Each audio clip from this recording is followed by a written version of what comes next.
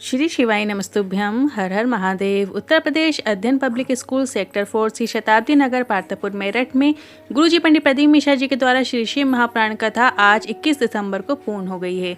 इस शिव महाप्राण कथा में गुरुजी ने एक ऐसा नया उपाय बताया है जिसे आपको 23 दिसंबर सोमवार की अष्टमी के विशेष अवसर पर करना ही है। आज 21 दिसंबर 7वें दिन की श्री शिव महाप्राण कथा में गुरुजी ने कुल 12 उपाय पत्र उपयोगी जानकारियां दी हैं। सभी की जानकारी आपको इसी वीडियो के माध्यम से देंगे।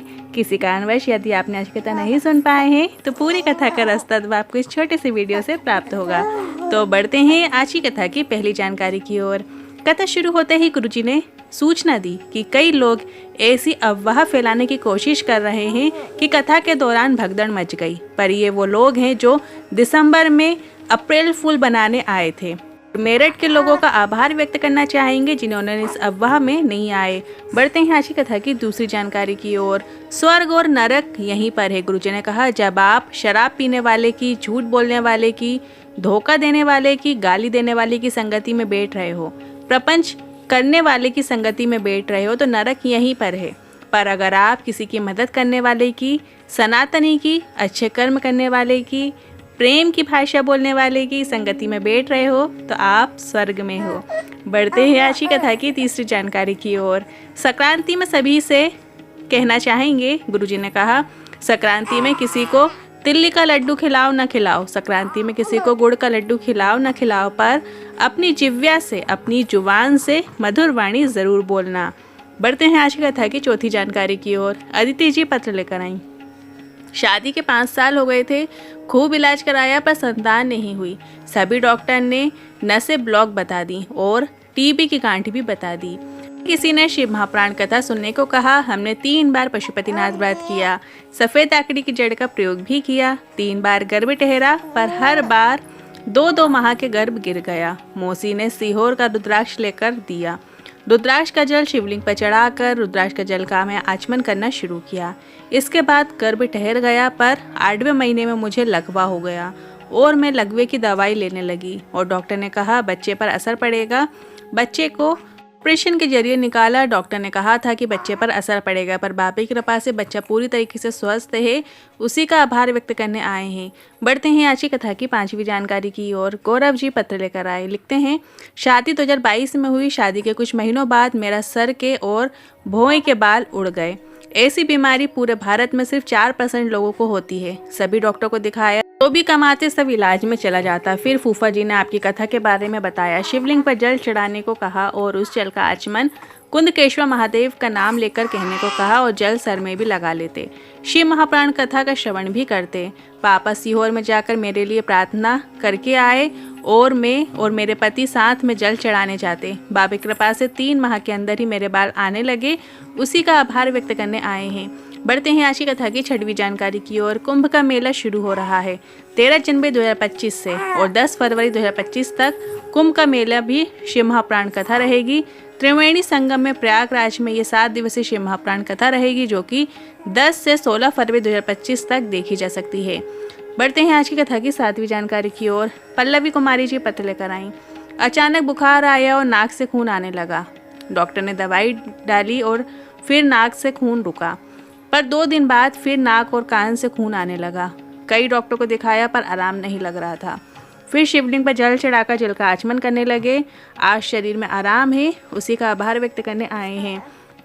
बढ़ते हैं आज की कथा की 8वीं जानकारी की ओर। सोनी जी पत्र लेकर आई।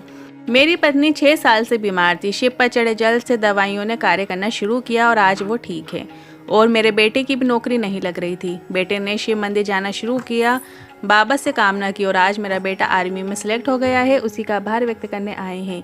बढ़ते हैं आज की कथा की 9वीं जानकारी की ओर। गुरुजी ने कहा, दुख आता है तो मनुष्य को भगवान की याद आती है, सुख में मनुष्य को भगवान की याद नहीं आती। बल्कि शिव महाप्राण की कथा कहती है, अगर मैं भी भगवान को याद करोगे तो दुख आएगा ही नहीं, और यदि आएगा भी तो आकर चला जाएगा, पता भी नहीं चलेगा।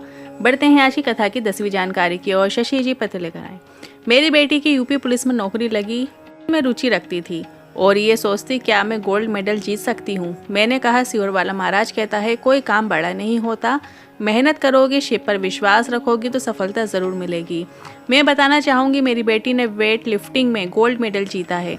स्पोर्ट्स में आगे होने के बाद भी प्रमोशन नहीं हुआ तो बेटी निराश हो गई और हमने हापुड़ी की कथा पंडाल में बैठकर सुनी और बेटी का प्रमोशन भी हो गया, उसी का आभार व्यक्त करने आए हैं।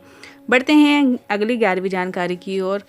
अब गुरुजी की जो अगली शिव महापुराण कथा आएगी वो 24 दिसंबर से 30 दिसंबर रायपुर में रहेगी, जिसका एड्रेस इस प्रकार है। पुराना धमतरी रोड, सेज बहार, रायपुर। और ये कथा दोपहर में 2 बजे से 5 बजे तक आएगी।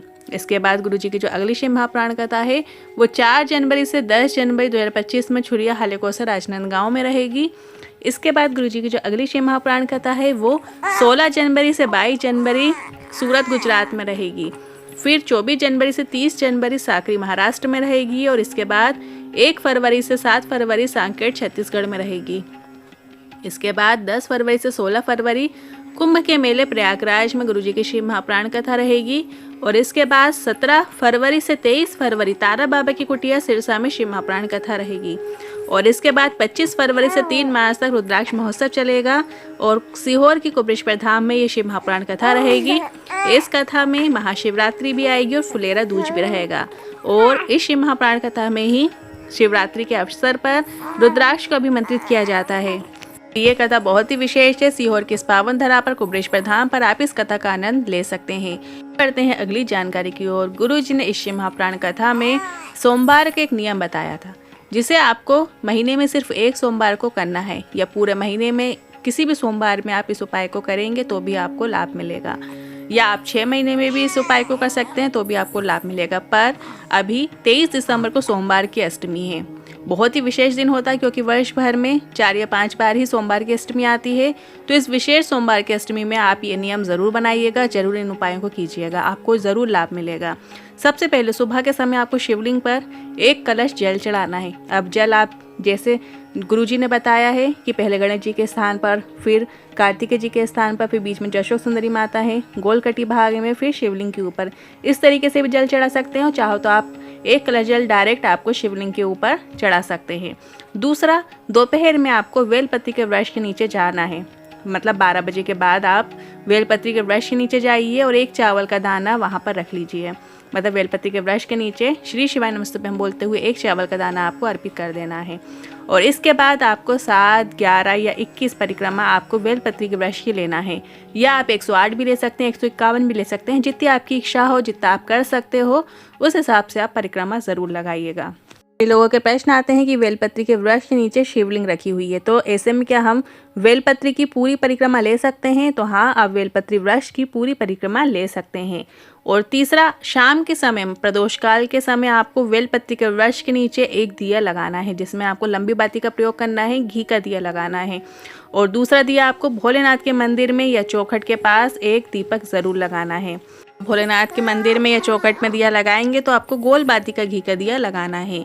गुरुजी ने सोमवार के दिन के नियम बताए हैं। इस नियम से यदि आप करेंगे तो हमारे जीवन में आपको उन्नति देखने को मिलेगी, क्योंकि बेलपत्री के वृक्ष के नीचे अक्षत उन्नति के लिए अर्पित किया जाता है। ये उपाय करने से आपके जीवन के सभी दुख, तकलीफ, कष्ट तो दूर होंगे ही, साथ ही साथ आपको जीवन में उन्नति भी देखने को मिलेगी। महीने में 4 या 5 सोमवार आते हैं तो आपको सभी सोमवार में करने की ज़रूरत नहीं है। आपको सिर्फ 1 महीने में 1 सोमवार भी यदि आप इस उपाय को करते हैं तो भी ठीक है। यदि आप महीने में भी 1 बार नहीं कर सकते तो 6 महीने में कम से कम 1 बार इस उपाय को ज़रूर कीजिएगा। अगर आप ये भी नहीं कर सकते तो साल भर में भी आप यदि 1 सोमवार के दिन इस उपाय को करते हैं तो आपको लाभ ज़रूर देखने को मिलेगा। आज के उपाय से जुड़े मन में कोई सवाल या क्वेश्चन है तो आप कमेंट के जरिए पूछ सकते हैं। वीडियो थोड़ा भी उपयोगी लगा हो तो वीडियो को लाइक करके कमेंट बॉक्स में हर हर महादेव ज़रूर टाइप कीजिएगा। श्री शिवाय नमस्तुभ्यम।